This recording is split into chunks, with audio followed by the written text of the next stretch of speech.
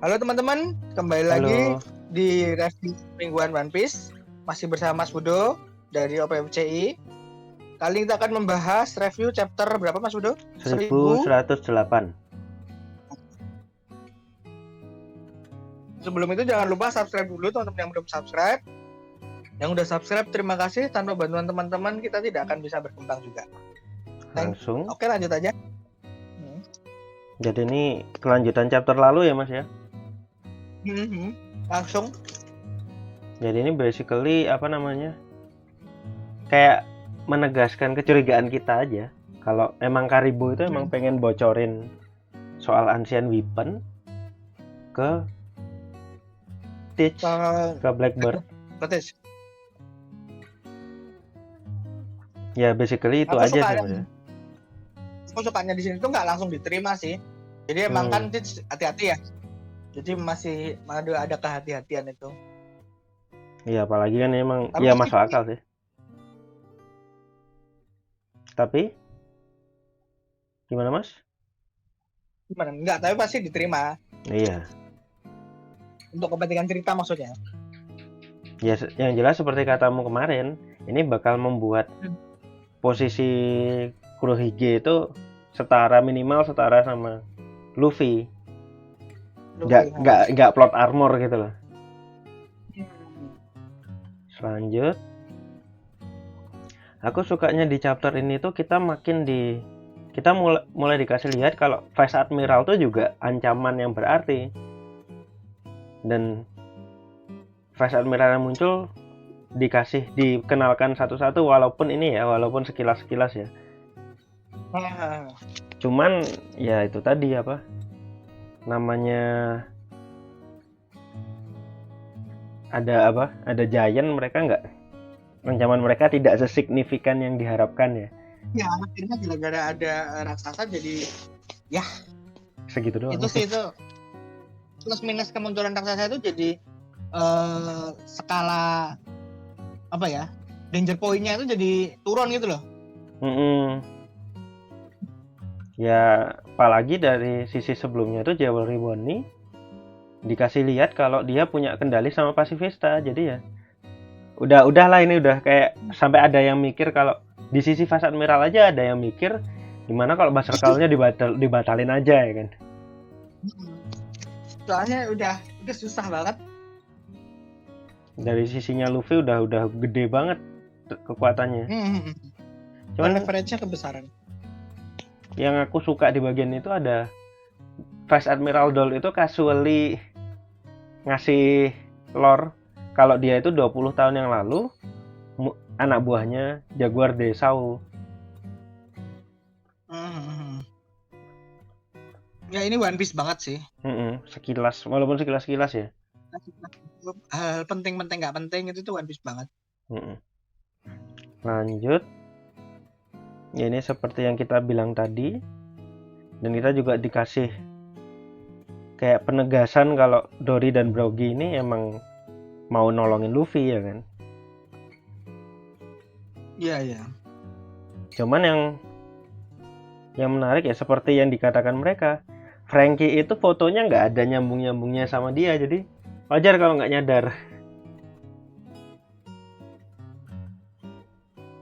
Si siapa? Yang aku suka dari bagian ini adegan komedi sih sebenarnya ya. Cuman yang aku suka dari bagian ini itu kayak aku lupa SBS berapa, tapi kita pernah dikasih tahu kalau Usopp itu suka banget cerita tentang masa lalunya dia. Beda sama Luffy sama Zoro atau Nami, Sanji sama Chopper itu kalau ditanya dia bakal cerita. Luffy sama Zoro nggak suka cerita. Usopp ini suka cerita banget, tapi dia bakal ada bumbu-bumbunya. Nah di sini tuh dijelasin ditegasin kalau Franky tuh tahu Dory sama Brogy. Paling nggak dari cerita kalau mereka itu master. Jadi kayak penegasan dari SBS itu, aku lupa itu SBS volume berapa, cuman pernah dijelasin kalau Usopp emang suka cerita. Walaupun karena cuman dari cerita, nggak ada foto, nggak ada apa, Franky juga nggak nyadar secara langsung kalau ini yang diceritain. Terus lanjut Mas. Lanjut. Nah ini setelah kemarin Sanji dapat momen nangkis lasernya Kizaru, sekarang langsung kayak fansnya Zoro punya bahan buat nyerang fansnya Sanji lagi. Aduh, jangan dibahas itunya lah. jangan dibahas itunya, kita bahas anunya aja, implikasinya Iya. apa. Tapi ya emang apa ya istilahnya, Kizaru itu emang tidak bisa diremehkan. Iya, namanya juga admiral gitu. Jadi wajar kalau rintangannya sebesar itu, susah ngalahinnya. Kizaru Sanji udah bisa nangkis admiral aja udah bagus banget itu fitnya. Ya pada akhirnya Vegapunk tuh makin di ini, tapi emang khasnya Luffy sih. Kalau nyuruh tetap bawa aja nggak masalah walaupun dia ngeluh sakit kayak gitu kan. Emang Luffy banget sih. In karakter juga ini mereka. Yang berikutnya ini sih, kayaknya momen pertama kali Luffy ngasih lihat keseriusan di mode Gear 5 nggak sih? Iya, ini udah nggak main-main, udah nggak ketawa lagi gitu loh. Karena emang ya segitunya dia marah gitu. Karena ya triggernya kan Kizaru nyerang Vegapunk, makanya yang terluka kan Kizaru yang muntah getih gitu, yang benar-benar diremes. Yang aku suka dari bagian itu implikasinya apa ya? Jadi kalau kan kita tahu awakening itu mempengaruhi emosi bagi pengendali Zoan. Jadi selama ini tuh besar kemungkinan Luffy itu ketawa terus karena emang kehendak buah iblisnya seperti itu. Dia lebih susah mengendalikan emosinya. Cuman sekarang ini implikasinya tuh Luffy jadi paling nggak sedikit lebih bisa mengendalikan emosinya dalam wujud awakening Zoan. Cuman aku suka di adegan ini tuh ada ini loh mas, topi kecilnya Luffy. Oh ya. Jadi karena Luffy itu udah sering banget berubah jadi raksasa, itu kayak banyak yang mikir. Makanya aku juga naruh gambar topi raksasa di background thumbnail chapter ini ya mas ya. Itu ada yang mikir kalau wah Luffy ini kemungkinan bakal make topi jerami raksasa itu nanti nih yang ada di Marijoa. Ya. Kejauhan sih tapi ya. Tapi kan cocok logi aja gitu. Iya nggak, maksudku kan bukan form umum gitu loh. Iya sih. Tapi yang menarik tentunya sih form umum, dan maksudku kita ngomongin topi di sana itu kan implikasinya adalah dulu yang make siapa. Itu aja, bukan Tapi yang menarik di sini itu Saturn sih mas. Sosoknya Saturn itu kayak mengindikasikan kalau awakening itu juga bisa berubah wujud lagi, nggak cuman kayak gitu doang. Kalau dilihat, kalau mas Daris perhatiin, wujudnya Saturn tuh udah lebih nggak manusiawi lagi kalau menurut Sanji ya. Kepalanya agak ke bawah loh mas. Iya. Tapi kalau aku sih ngelihatnya itu adalah bentuk full beast Iya, full Zoan. Zoan kan bentuk hewannya Zoannya itu kan karena dia mythical Zoan, jadi bentuknya juga, dan kemungkinan kan mythical Zoannya udah disebut nggak sih? Aku belum disebut namanya. Kemungkinan kan siluman ya, siluman, jadi bentuknya juga monster. Nggak, masalahnya di sini mas, ini itu wujud awakening.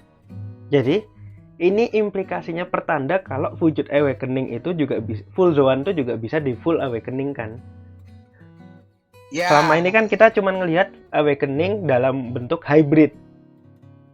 Setidaknya dikonfirmasi. Ya, jadi kalau soal itu aku setuju sih. Kalau soal bentuk hewan, tapi apakah bentuknya itu nanti bisa, apakah awakening Zoan dalam bentuk hewan itu apakah mengubah fisik hewannya? Aku kayaknya nggak sepakat sih soal itu. Ya ini paling cuma perubahan ke wujud full Zoan-nya ya, tapi awakening. Karena kita nggak ngerti dia itu hewan apa. Nah, tapi dan Mystical Zoan itu memang sebebas itu mau ngapa-ngapain gitu. Iya sih. Soalnya kalau mau ngomongin Mystical Zoan Jurugumo atau Yuki, ya Yuki itu serem loh kalau kita lihat anunya, lihat aslinya silumannya kayak gimana. Depictionnya serem loh penggambarannya. Kalau yang Yuki ya, kalau Jurugumo lebih serem lagi, maksud gue seperti itu. Jadi emang nggak aneh kalau Sanji bilang lebih tidak manusiawi. Nggak aneh karena memang Mystical Emang Zoan-nya bukan kayaknya manusia. siluman. Masuk sih, masuk. Nah, yang paling menarik di chapter ini itu yang mungkin bikin semua orang di endingnya ya Mas ya, bikin semua orang fokusnya ke sana, pembicaraan paling hangat itu ini Mas, Vegapunk. Iya dong, pasti dong. Kemungkinan sih ya triggernya udah jelas rekaman sih ya. Udah jelas rekaman dan kemungkinan triggernya itu kematian Vegapunk. Jadi kayak apalagi kalau ngelihat Sanji, kenapa kamu tersenyum, ini khas kematian karakter One Piece banget yang di pihak Void Century nggak sih Mas? Mati dengan lebih ke yang menerima kematiannya. Kalau menerima kematian di One Piece itu biasanya tersenyum. Dulu itu kan kita ngomongin itu sebagai salah satu di itu kalau mau mati tersenyum. Ya walaupun pada akhirnya nggak cuman cuman paling nggak pertanda bahwa dia orang yang menerima kematian positif itu biasanya diakhiri dengan senyuman. Nah, makanya ini kayak penegasan kalau Vegapunk tuh kemungkinan udah mati, dan ini setelah mati itu sebagai trigger pemicu bahwa video ini dirilis ke dunia. Nah, yang jadi pertanyaan, videonya itu isinya apa, Mas? Ya jelas dong. Dan sebenarnya pasti akan langsung terjawab ya. Iya, 1109. Karena nggak ada break ya. Iya. Cuman untuk perkiraan kamu dulu. Kalau aku sih Mas ya, minimal ada hubungannya sama apa yang dirahasiakan pemerintah. Jadi sempat ada teori itu ini Mas, yang aku baca-baca di Twitter dan berbagai tempat ya. Banyak yang mikir itu karena ini kan chapter 1108 tuh judulnya itu kalau diterjemahin kurang lebih perhatian dunia, kayak gitu kan. Kurang lebih kayak gitulah. Nah, yang menarik tuh di chapter 118, kalau nolnya dihilangin jadi 118 ya. Di chapter 118 itu judulnya itu nyeritain waktu pertama kali Mr. Tree muncul, tapi judulnya di situ itu kalau nggak salah ingat, seseorang ada di luar sana, judul chapternya. Kalau di chapter itu merujuk pada kalau ada Mr. Tree yang lagi sembunyi dari Giant. Nah, tapi kalau judul chapter disambungin, seolah-olah jadi kayak perhatian dunia, ada seseorang di luar sana. Jadi bukan banyak yang berpikiran bahwa Vegapunk bakal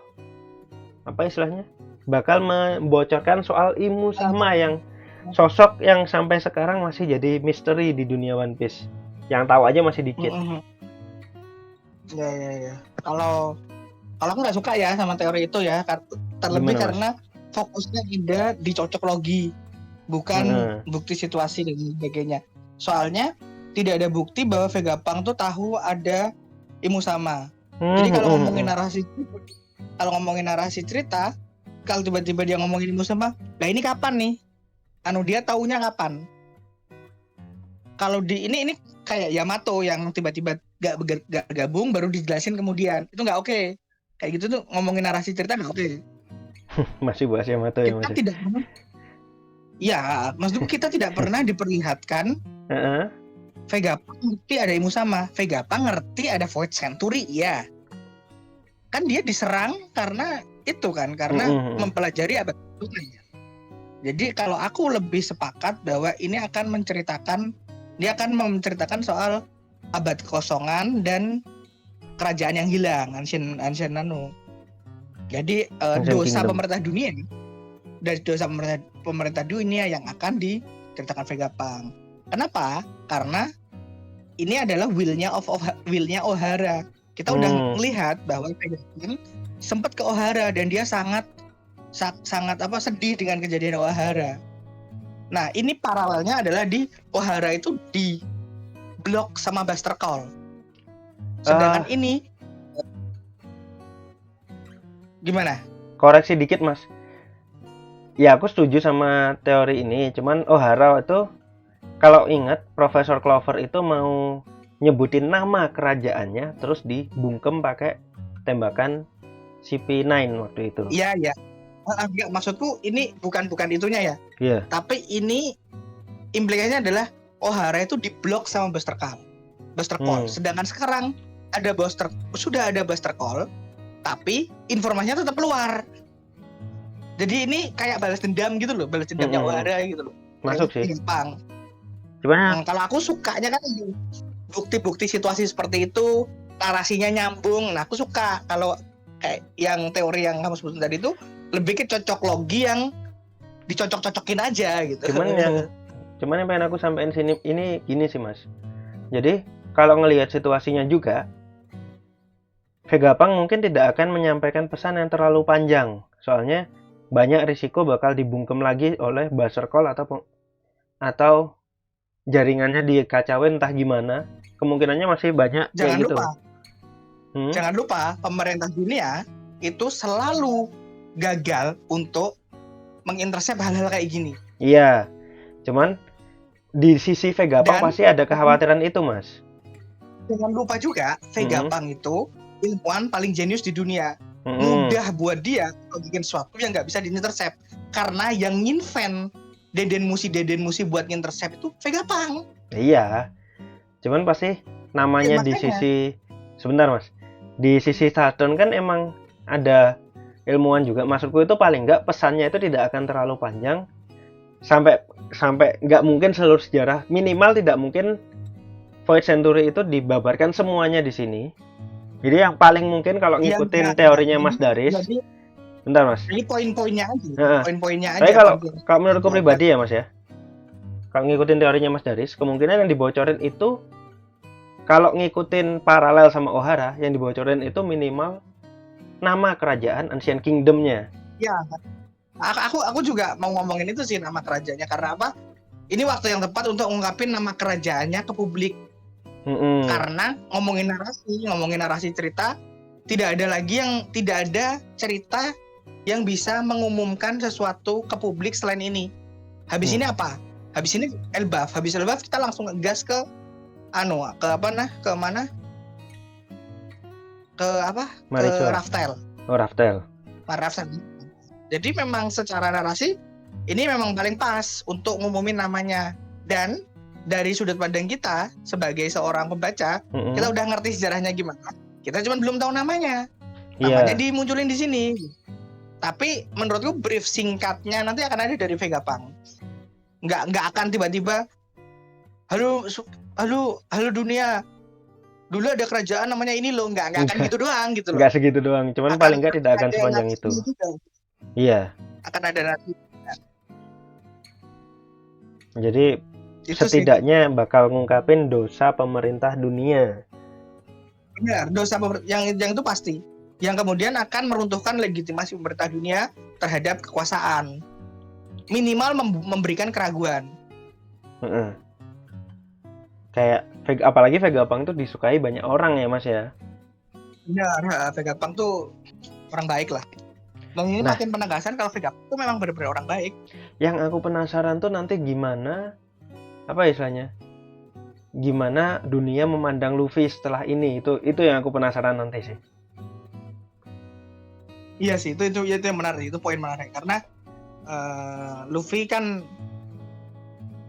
Yonko. Bagaimanapun nanti kan bukan Yonko juga, bagaimanapun akan terportray kemungkinan di framing sebagai orang yang bunuh Vegapunk. Iya. Masalahnya apa ya, selama ini tuh kita taunya Vegapunk itu dunia itu taunya Vegapunk itu disandera oleh Luffy dan kawan-kawan. Iya. Nah, kalau Vegapunk mengungkap rahasia pemerintah dunia di sini, bakal ada pihak yang meragukan pemerintah dunia, bakal ada pihak yang percaya. Kayak gitu. Nah, bakal menarik banget nanti melihat bagaimana dunia memandang Luffy setelah ini. Paling nggak yang nggak tahu ya, yang nggak kenal Luffy minimal. Yang jelas tujuannya memang untuk memunculkan keraguan sih. Mm-mm. Jadi apapun hasilnya udah pasti berhasil. Tujuannya Vegapunk itu.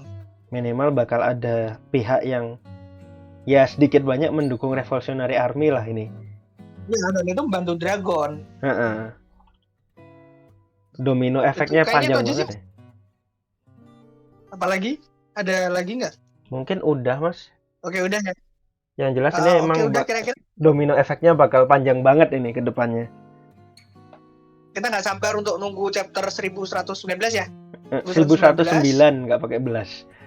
1109.